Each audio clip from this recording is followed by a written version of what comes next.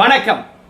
நக்கல் அடித்த வைகோ, நாசமான கூட்டணி உருவாகி 1.5 வருஷம் ஆகல, அதுக்குள்ளாக உடஞ்சு போச்சு. வைகோ எஃபெக்ட் அப்படின்னுவாங்க. இத்தனை நாள் நீங்க கண்கூடா வைகோ எஃபெக்ட பார்க்கலனா, இன்னைக்கு விஜய் அவர்களுடைய தலைமையில் இருக்கக்கூடிய கட்சிகள் எதிரும் பொதுருமா நின்றுகிட்டு ஒருத்தரு தாக்கி பேசிக்கிட்டு, உனக்கு நான் அறிவுரை சொல்றேன், எனக்கு நீ அறிவுரை சொல்றியா அப்படின்னு விமர்சன கணைகளை வீசிக்கொண்டிருக்கின்றாங்க பாருங்க. அதுதான் வைகோ எஃபெக்ட்.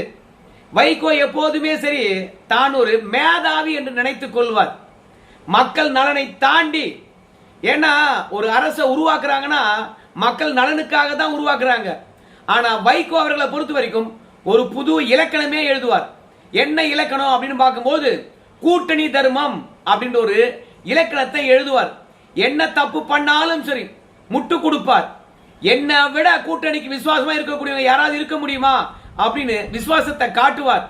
இப்படி அளவுக்கு அதிகமான விசுவாசம் தான் சில தருணங்கள்ல ஆபத்தா போது. அப்படிதான் இன்னைக்கு ஏதோ திருமாவளவனுக்கு ஒண்ணுமே தெரியாத மாதிரியும், நம்முடைய வைகோ அவர்களுக்கு தான் எல்லாம் தெரியும் அப்படின்னு நினைச்சுக்கிட்டு நக்கல் அடிச்சாரு. உடனே கூட்டணி நாசமா போச்சு. வைகோ அவர்கள் மக்கள் நல கூட்டணியை உருவாக்கினார். அன்னைக்கு பிடிச்சதுப்பா விஜயகாந்துக்கு 7.5, அதனை தொடர்ந்து ஜெயலலிதா அவங்களுக்கு பிடிச்சது 7.5. அதுக்கு பிறகு திமுக வந்தாரு. அதுக்கப்புறம் ஸ்டாலினே தோத்தாரு. இப்ப விஜய் கிட்ட வந்திருக்கிறாரு. ஆனா அவரு கூட்டணியில் இருக்கிறாங்களே, கூட்டணி கட்சி தலைவர்கள் பேசுகின்ற கருத்துக்கெல்லாம் நாம எதிர்கருத்து தெரிவிக்கலாமா? அவங்க எந்த பார்வையில அந்த கருத்தை வைக்கிறாங்க அப்படின்றது புரிதல் இல்லாம நாம் அதுக்கு கருத்து சொல்லாமா? கூட்டணி தர்மம் என்கின்ற போது கூட்டணி கட்சிகளையும் மதிக்கணுமே. நீ கூட்டணி மட்டும் மதிச்சா போதுமா? கூட்டணி தலைவர்களையும் மதிக்கணும் இல்ல? அப்ப கூட்டணி தலைவர்களை மதிக்கணும்னா அவங்க கருத்துக்கு மதிப்பளிக்கணுமே இல்லையா? ஆனா நீ நக்கலா சிரிச்சிட்டு நோபல் பரிசு கொடுக்கலாம்னு சொல்றேன்னா உனக்கு எவ்வளவு திமிரு இருக்கும். எங்கப்பா சொன்னாரு அப்படின்னு கேட்பீங்க. வீடியோ ஆதாரம் தரேன். வீடியோ பார்க்குற சுறுசுறுப்புல நம்ம சேனல் இது வரைக்கும் சப்ஸ்கிரைப் பண்ணாத நண்பர்கள் சப்ஸ்கிரைப் பண்ணாத போயிட்டு போறீங்க. தயவுசெய்து சப்ஸ்கிரைப் பண்ணிக்கங்க, சப்போர்ட் பண்ணுங்க. இப்போ நம்ம வைகோ அவர்கள் பேசின வீடியோவை பார்த்துட்டு வாங்க. தாவைக்கு அமைச்சரவையில் நாங்கள் விசிக இடம் பற்றியிருந்தாலும் ஸ்டாலினுடன் கருத்து பங்கேற்பு நாங்கள் தொடர்ந்து இருந்து கொண்டிருந்து தொழிற்சங்கத்தின் கருத்தை பதிவு செஞ்சிருக்கோம். இதை பற்றி உங்க நிலைப்பாடு? நோபல் பரிசு கொடுக்கப்பட வேண்டிய கருத்து, அவ்வளவுதான். அதாவது திருமாவளவன் அவர்களை பொறுத்த வரைக்கும் என்ன சொல்லிட்டாருன்னு கேட்டீங்கன்னா, பாருங்க, தவேக அரசாங்கத்துக்கு நாங்க ஆதரவளித்திருக்கிறோம், அமைச்சரவையில் இடம் பிடித்திருக்கின்றோம். ஆனா திமுகவுடன் நாங்க கொள்கை அளவுல கருத்தியல் ரீதியாக நட்புடன் தான் இருக்கிறோம் அப்படின்னு சொல்லிட்டார். அதுக்கு தான் நம்ம வைகோ அவர்களை பொறுத்த வரைக்கும் கூட்டணியில இருந்து கொண்டே இன்னொரு கட்சியுடன் நட்புல இருக்காருல்ல, அதுக்கு நோபல் பிரைஸே தரலாம் அப்படின்னு வைகோ அவர்கள் சொல்றார். வைகோக்கு அவ்வளவுதான் புரிதல். திமுகவை எதிர்த்தா என்ன ஆகும் என்று அனுபவபூர்வமாக வைகோ அவர்கள் பாடம் கற்றுக்கொள்ளப்படுது.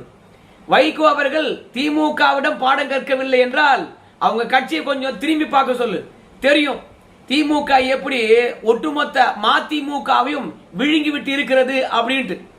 அதுலயும் கூட்டணி விட்டு வெளிவந்த பிறகு ஒவ்வொரு மாவட்டத்தில் இருக்கிறவங்களும் மாவட்ட நிர்வாகியிலிருந்து கீழே இருக்கக்கூடிய கிளைக்கழக செயலாளர் வரைக்கும் அறிவாலயத்தில் வந்து திமுகவில் தன்னை இணைத்துக் கொள்கின்றார்கள். இருந்த 4 பேரும் நாசமா போட்ட மதிமுக என்று சொல்லிட்டு அவங்க திமுக வந்து சேர்ந்துட்டாங்க. அந்த மாதிரியான ஒரு நிலைமை தன் கட்சிக்கு ஏற்படக்கூடாது என்பதற்காக தான் நம்முடைய திருமாவளவன் அவர்களை பொறுத்த வரைக்கும் இரட்டை குதிரையில சவாரி செஞ்சிட்டு இருக்கார். திமுகவையும் பேலன்ஸ் பண்ணிட்டு போறாரு, தவேகாவும் பேலன்ஸ் பண்ணிட்டு போறாரு. இல்லைன்னு வச்சுங்களேன், நேற்று வீடியோ பார்த்தீங்களா நம்ம சேனல்ல, நம்ம ஆளூர் சாணவாசில இருந்து இன்னும் கட்சியில் இருக்கக்கூடிய 2ஆம் கட்ட தலைவர் அத்தனை பேரும் விசிக விட்டுட்டு திமுக வந்து சேர்ந்துட்டு இருப்பாங்க இந்நேரம். அதனால திருமாவளவனை பொறுத்த வரைக்கும் திமுகவை கோபப்படுத்த கூடாது என்பது அவருக்கு நல்லாவே தெரியும். அதே மாதிரி தவேகாவையும் பகைத்துக் கொள்ளக்கூடாது, ஆனால் விமர்சனம் வச்சுக்கிட்டே இருக்கணும். ஏன் தெரியுமா? வன்னியரசனுடைய கையானது ஓங்கி இருக்குது.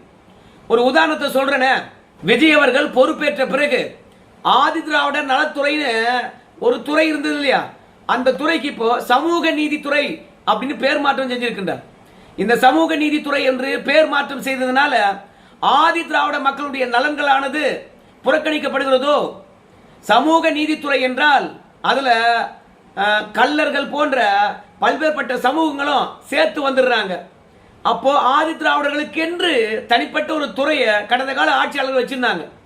அந்த மாதிரி ஆதி திராவிடர்களுக்காக ஒதுக்கப்படுகின்ற நிதியானது அந்த மக்களுக்காக செலவிடப்படுகிறதா, இல்ல டிஎன்சி டி நோட்டிஃபைடு சர்டிபிகேட் சொல்றாங்க இல்லையா, அந்த டிஎன்சி மக்களும் வந்து இந்த சமூக நீதி துறையில வந்ததுனால ஆதி திராவிட மக்களுக்காக ஒதுக்கப்படுகிற நிதியானது அவங்களுக்கும் செலவழிக்கிறாங்களா?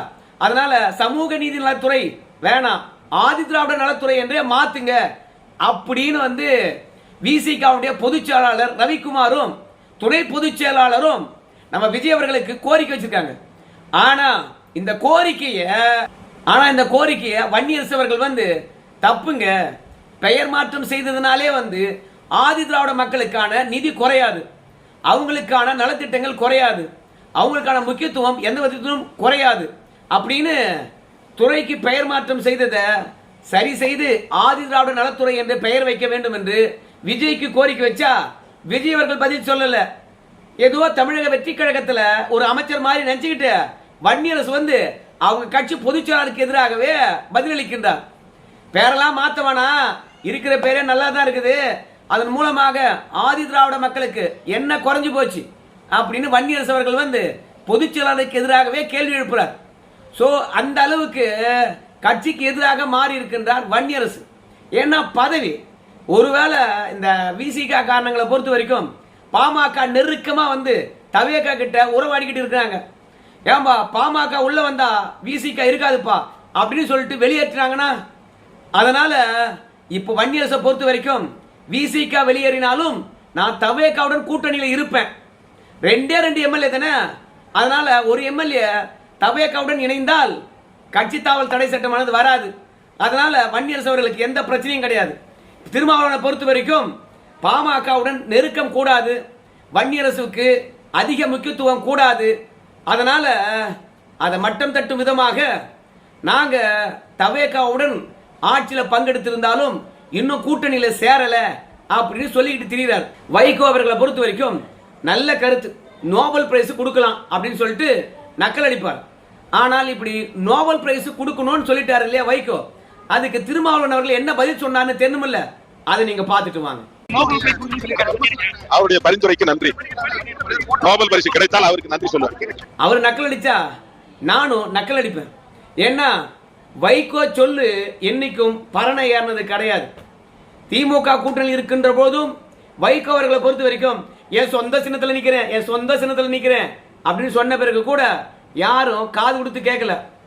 2வது எனக்கு 8 தொகுதி அது கொடு அப்படின்னு கேட்டா திமுக கிட்ட 4 தொகுதி தான், 4 என் சின்னம் தான் அப்படின்னு திமுக வைகோவை எப்போதும் ஒரு பொருட்டா கூட மதிக்கல.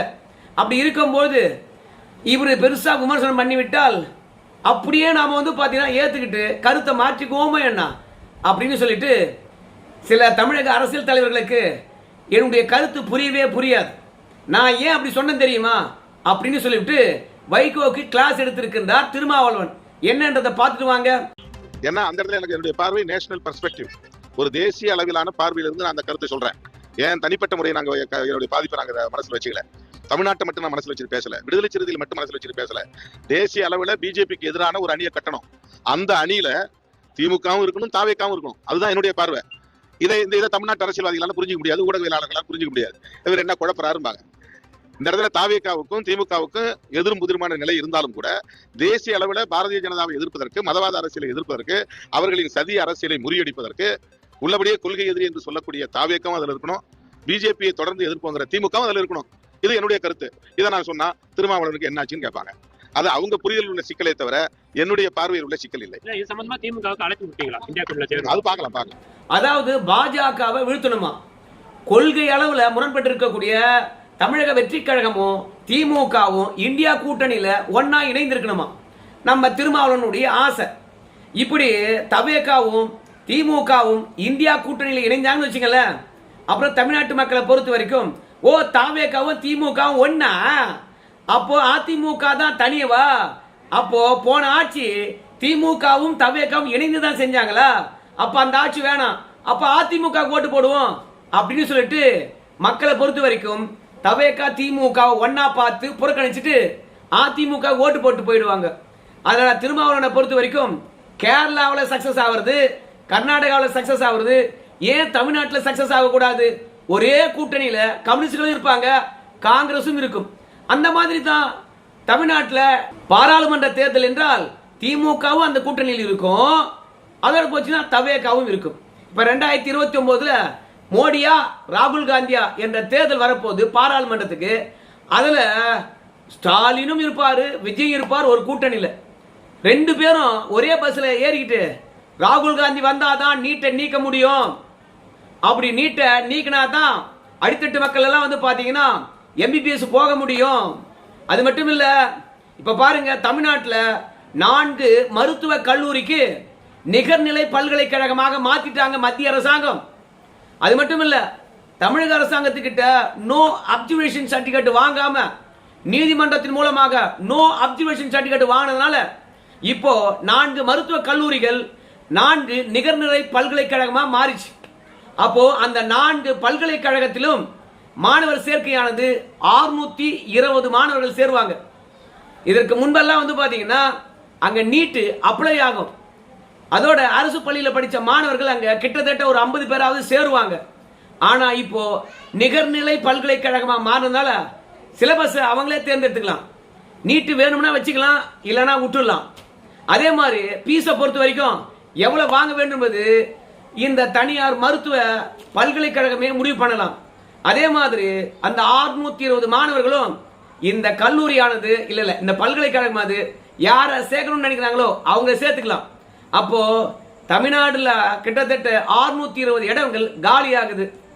இது அரசு பள்ளி மாணவர்கள் இல்ல மருத்துவ கனவுடன் வரவங்க, நீட் எழுதிட்டு வரவங்க, அவங்களுக்கு எல்லாம் கிடைக்காது. திமுக காரன் மாவட்டத்துக்கு ஒரு மருத்துவ கல்லூரி வச்சிருக்கான், அவன் எப்படி பிழைப்பான்? அதனால ராகுல் காந்தி வந்தாதான் நீட்டை நீக்க முடியும். அதனால கல்வி மாநில பட்டியலுக்கு வேணும்னா ராகுல் காந்தி ஆட்சிக்கு வரணும் அப்படின்னு ஒரு பக்கம் ஒரே கூட்டணியில் இருக்கக்கூடிய விஜயும், அதே கூட்டணியில இன்னொரு பக்கம் ஸ்டாலின் அவர்களும் பிரச்சாரம் பண்ணுவாங்க. அப்போ மோடி வேண்டுமா வேண்டாமா என்று எடப்பாடி பழனிசாமியும் மோடி மட்டுமே வந்து பஸ்ல ஏறிக்கிட்டு பிரச்சாரம் பண்ணுவாங்க. அப்போ தமிழ்நாட்டில் விஜயும் ஸ்டாலினும் ஒரு கட்சி, எடப்பாடியும் மோடியும் ஒரு கட்சி. அப்போ வாக்கானது 2ஆ பிரியும். சோ ஆளுகின்ற அரசாங்கமானது தவேகாவுக்கு எதிராக மக்கள் வாக்களிக்க வேண்டும் என்றால் அதிமுக தான் வாக்களிப்பாங்க. அதனால பிற மாநிலத்தில் சக்சஸ் ஆகின்ற இந்த பார்முலா தமிழ்நாட்டில் சக்சஸ் ஆகாது. ஏன்னா கேரளாவில் கூட எம்பி ஜெயிக்கிறாங்க பாஜக, ஆந்திரா தெலுங்கானாவில் கூட எம்பி ஜெயிக்கிறாங்க பாஜக, ஆனால் தமிழ்நாட்டில் சக்சஸ் ஆகலையே. ஸோ அதனால நேஷனல் அளவில் இருக்கக்கூடிய இந்த தேர்தல் நடைமுறையானது தமிழ்நாட்டில் ஒத்து வராது. இது திருமாவளவனுக்கு தெரியாது, ஆனா இங்கேயும் ஒரு முயற்சி பண்ணணும் அப்படின்னு நினைக்கிறாரு. விசிகாவை பொறுத்த வரைக்கும் தவேகாவும் திமுகவும் ஒரு கூட்டணியில் இருக்கணும் அப்படின்னு நினைக்கிறாரு. பாஜகவை எங்கேயும் வளர்ந்து விடக்கூடாது என்பதுல கவனமா இருக்கிறாரு. ஏற்கனவே இருந்த இந்தியா கூட்டணியை மீண்டும் உருவாக்க வேண்டும் நினைக்கிறாரு. அந்த கூட்டணியில தவேகா இணைய வேண்டும் என்று நினைக்கிறாரு. இந்தியா கூட்டணியில திமுக வரத்துக்கு பேசுவீங்களான்னு கேட்டீங்கன்னா பார்க்கலாம் அப்புறம் அப்படின்னு சொல்லிட்டு போறாரு. மொத்தத்துல தேசிய அளவுல பெரிய தலைவரா நான் எந்தெந்த கட்சி எந்தெந்த கூட்டணியில் இருக்கணும்ன்றத நான் தான் முடிவு பண்ணுவேன். இந்த மாதிரியான இந்தியா முழுவதும் ஒரு கூட்டணி உருவாக்குன்ற அளவுக்கு வைகோலாம் பெரிய ஆளுமை கிடையாது, நான் தான். ஸோ என்னுடைய கருத்தியலா இருக்கலாம், என்னுடைய திங்கிங்கா இருக்கலாம், வைகோக்கெல்லாம் தெரியாது.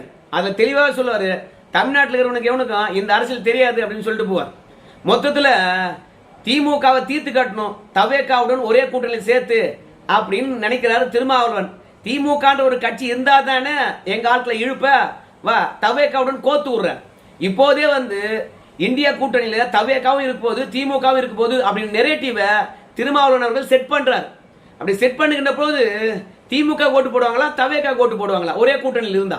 அதனால் விஜயா ஸ்டாலினா என்ற எதிர் துருவ அரசியல அப்படியே நீர்த்து போக செய்யறாரு திருமாவளவன். அதுக்காக தான் எப்பா இந்தியா கூட்டணியில் 2 பேர் இருக்கணும்பா, அதுக்காக தான் இந்த கருத்து அப்படிங்கிற. ஆனால் வைகோவை பொறுத்த வரைக்கும் திருமாவளவன் கம்யூனிஸ்டுகளுக்கும் இந்த பக்கம் இருக்கக்கூடிய காங்கிரசுக்கும் இந்திய யூனியன் முஸ்லீம் லீக்குக்கும் ஒரு இணைப்பு பாலமா இருக்கணும். அந்தந்த தலைவருடைய சொந்த கருத்துக்கள் விமர்சனத்துக்கு நான் எடுத்துக்கொள்ள மாட்டேன். கூட்டணி பலமா இருக்க வேண்டும் என்றால் அவங்க கருத்துக்கு அவங்க தான் பதில் சொல்லணும். அப்படிலாம் தெரியாம வாய்க்கு வந்ததை நக்கலா பேசிட்டு போனதுனால இன்னைக்கு திருமாவளவன் அவர்களை பொறுத்த வரைக்கும் கோச்சிக்கிட்டாரு. எந்த இடத்திலும் நான் தவேகா கூட்டணியில் இருக்கிறேன் அப்படின்னு சொல்லவே இல்லை. அதனால தான் நம்ம சொன்னோம் வைகோ எஃபெக்ட்னு சொல்றோம். நல்லா இருக்கிற கூட்டணியை அந்த ஆள் உள்ள வந்து சேர்ந்தானா நாசமாக்கிடுவானுங்க.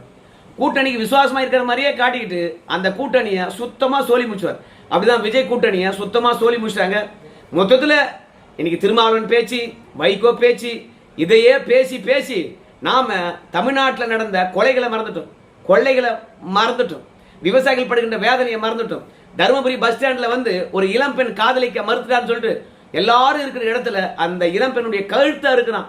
அப்புறம் இந்த தமிழ்நாட்டில் சிங்கப்பெண் படை என்று ஒன்று உருவாக்குனாங்களே, அது எங்க? அது சினிமா பாணியில் உருவாக்குனாங்களே, எங்க? அது நம்ம கனிமொழியிலேருந்து எல்லாம் கேள்வி கேட்குறாங்க. மொத்தத்தில் இந்த தவேகார சங்கத்தினுடைய தோல்விகளை திசை திருப்பறதுக்கும், ரெண்டாவது முக்கியமான விஷயம், மருத்துவ படிப்பில் 620 இடங்கள் வந்து காலியாக இருக்குது பாருங்க. தனியார் பல்கலைக்கழகத்துக்கு போயிட்டு பாருங்க, அவன் குடும்பம் மஞ்சா குளிக்கிறதுக்கு போது பாருங்க. அது தொடர்பாக நடவடிக்கை எடுக்க வேண்டிய தவேகார சங்கம் மௌனம் காக்குது பாருங்க. இதெல்லாம் மக்கள் பேசவே கூடாது. அதனால வைகோ மற்றும் திருமாவளவன் சண்டையை பெருசு பண்றாங்க இந்த ஊடகம். ஆனா அண்ணாமலை பொறுத்த வரைக்கும், ஏங்க பல்கலைக்கழக குழு இருக்குல்ல, அந்த பல்கலைக்கழக மானிய குழுவானது என்ன பண்ணிருக்கணும்? ஏயா நோ அப்ஜெக்ஷன் சர்டிபிகேட் ஆனது மாநில அரசாங்கம் கிட்ட வாங்காம மத்திய அரசாங்கத்திட்ட வாங்கிருக்கீங்க, நீதிமன்றத்தின் மூலமாக எதற்காக வாங்கினீங்க அப்படின்னு காரணம் கேட்கணும் இல்ல? இப்போ 620 இடங்கள் அந்த தனியார் பல்கலைக்கழகத்துக்கு போச்சுன்னா தமிழக மாணவர்களுக்கு சீட்டு கிடைக்காதையா? அதை நம்பி இருக்கின்ற தமிழக மாணவர்கள் என்ன ஆறுதியா? அதனால உடனடியாக கேஸ் போடுங்க, இல்லைன்னா தனியா ஒரு 4 மருத்துவக் கல்லூரியை தொடங்குங்க மத்திய அரசாங்கத்தை கேட்டு. அதுல தனியார் பல்கலைக்கழகத்து எத்தனை இடம் போச்சோ அத்தனை இடங்களை மீண்டும் கொண்டு வாங்க. அதுதான் மாணவர்கள் வந்து பார்த்தீங்கன்னா தொடர்ந்து படிப்பதற்கு அவங்களுக்கான வாய்ப்பு கிடைப்பதற்கான சரியான சமநிலையா இருக்கும். அவன் 600 இடங்களுக்கு மேல எடுத்துட்டு போயிட்டானா நம்ம புதிய கல்லூரியை கட்டி அதுல 600 இடங்களுக்கு மேலாக உருவாக்குவோம். சமமா போயிட்டு என்ன சொல்றீங்க அப்படின்னு அண்ணாமலை கருத்து தெரிவிச்சிருக்காரு. ஸோ இந்த விஷயங்கள்லாம் பேசாம நம்ம என்ன பண்றோம், ஒரு பக்கம் திருமாவளவன் ஒரு பக்கம் வைகோ, இவங்க அடிச்சுக்கிறாங்க பாருங்க. அதனால அந்த கூட்டணியானது இன்னும் பெயர் வைக்க முடியாம, ரெண்டாவது அடுத்த தேர்தலுக்கு ஒன்னா இருப்போமா என்று முடிவெடுக்க முடியாம அதுக்குள்ளாவே நாசமா போச்சு. ஏன்னா அரசியல் பற்றி விஜய்க்கும் தெரியாது, கூட இருக்கிறவனுக்கும் தெரியாது. மொத்தத்துல கூட இருக்கிறவங்க அத்தனை பேரும் ஏதோ ஒரு விதத்துல சுயநலத்துல செயல்படுறாங்க. அந்த சுயநலம் தான் இந்த கூட்டணியை தூள் தூள் ஆகி இருக்குது. சரி பார்க்கலாம், இதோட நக்கல் அடிக்காத அமைதியா இருப்பா அப்படின்னு வைகோவுக்கு வாய்ப்புட்டு போடுறாரா விஜய் என்பதை பொறுத்து வந்து பார்க்கலாம் என்ன நடக்க போகுதுன்னு. நன்றிங்க.